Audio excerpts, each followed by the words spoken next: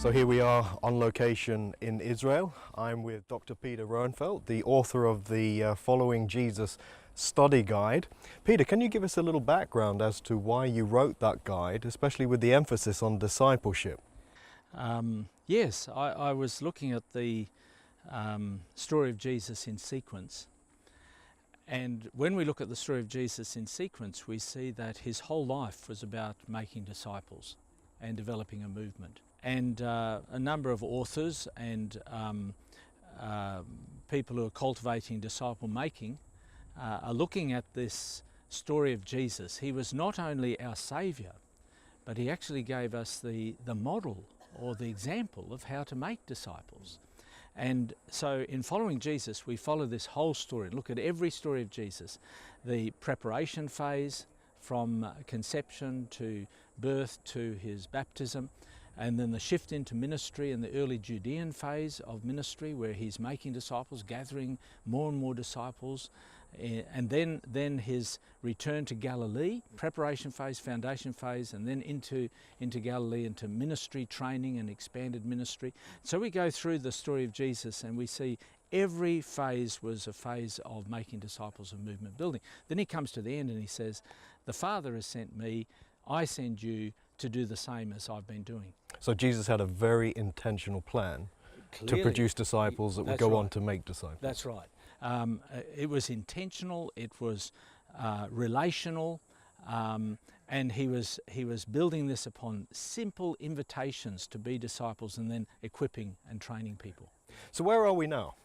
We are at Qeiyafa on the ridge of the Elah Valley, and the reason why we come here in looking at the disciple making of Jesus, Matthew chapter 1 and verse 1, Jesus Christ, the son of David, the son of Abraham.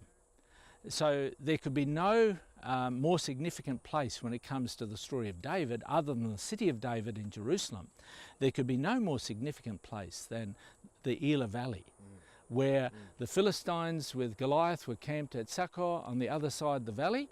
The Israelites on this side with Saul. David comes as a young boy, a shepherd boy, to bring supplies to his brothers from their father Jesse. And he comes to this and he goes out to see his brothers who were lined up against the Philistines. And he hears Goliath shouting blasphemy and threats against the Israelites. So that's where we are. Yeah. A fantastic view. Yes. We could imagine, David, Saul, the armies camped here, and then the Philistines there, and Goliath shouting all of those bad things to the Israelites. That's right. So here it is, the Valley of Elah. Yeah, and then in recent years, archaeologists from the Hebrew University in Israel teamed up with the Institute of Archaeology from Southern Adventist University with Dr. Michael Hassel and his team. They've been excavating this really interesting site. Between 2007, 2011, 12, they excavated 20% of the site, found a casemate wall, a double wall that runs right around the site, 2 4-room gates, and we're standing very close to the west gate that faces the Elah Valley and Sakkor and Azekah, one of the fortified cities of the southern areas, the hills of Judea in the background. And they found this was an administrative centre of the Iron Age from the time of King David. They found a lot of potsherds and a fairly complete one with inscriptions on it, which they've dated from the time of David. Wow. And here was a centralised strata of administration for David's territory. So this is a really great place to come to and think of the story of Jesus, the son of David. Great place.